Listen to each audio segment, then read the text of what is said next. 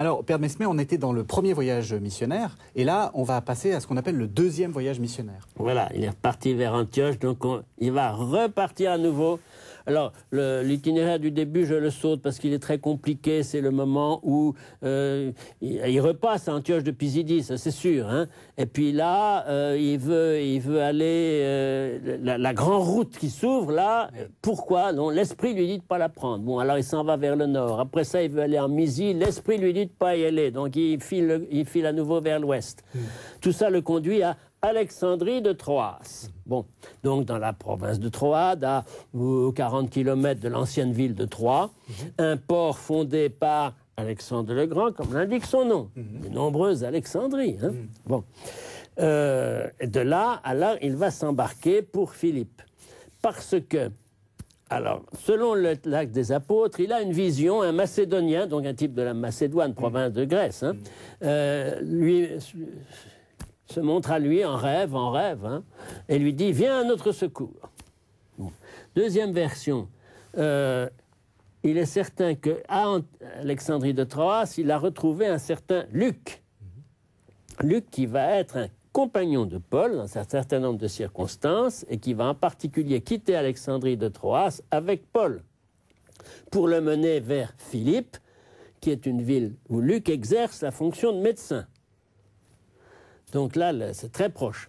Les zigzags de l'itinéraire de Paul, comment les expliquer à quel moment est-ce qu'il a décidé... parce qu'Alexandrie de Troas n'est pas un port, au 1er siècle, n'est déjà plus un port extrêmement important, mais...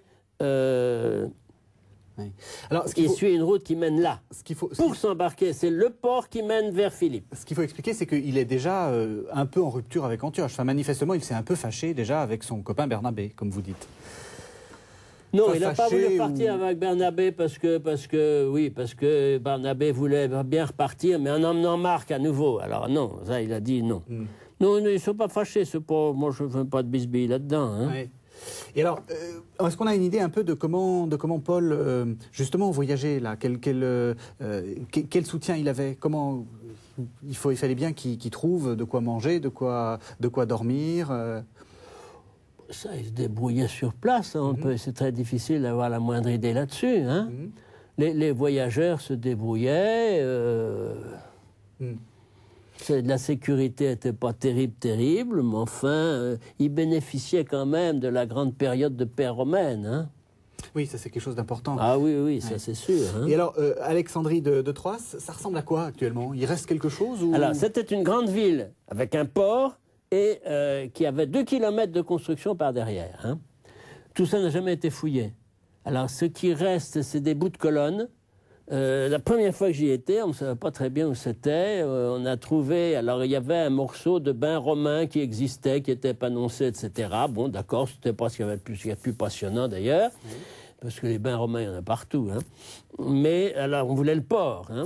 Donc on a marché un petit peu au hasard, enfin en direction de la mer, on n'est pas tombé dessus tout de suite, mais enfin finalement on a aperçu cette espèce de lagune, une assez grande lagune, c'est très joli, quand on découvre ça tout d'un coup, envasé complètement, hein, mais alors avec quand même un certain nombre de restes de môles, de colonnes, on voit très bien quelques énormes morceaux, toutes les pierres sont réutilisées par les gens qui ont construit des villages autour, hein, mais avec des pierres aussi de sections aussi importantes que cette table-là, des colonnes, c'est des pierres de temple, ça c'est pas des pierres de maison, vous comprenez?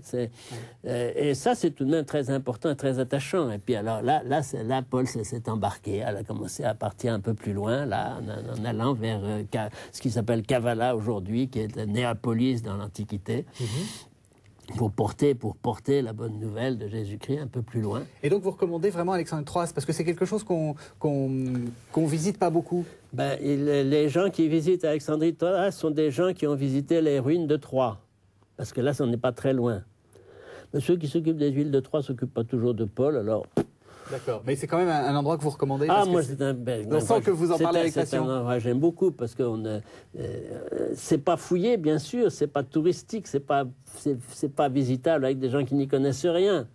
Mais c'est quand même plein de petits détails très, très, très antiques. On vit au 1er siècle, parce que c'est un coin préservé. Merci, enfin, Pierre qui de Mesmer. était préservé. Merci, Pierre de Mesmer.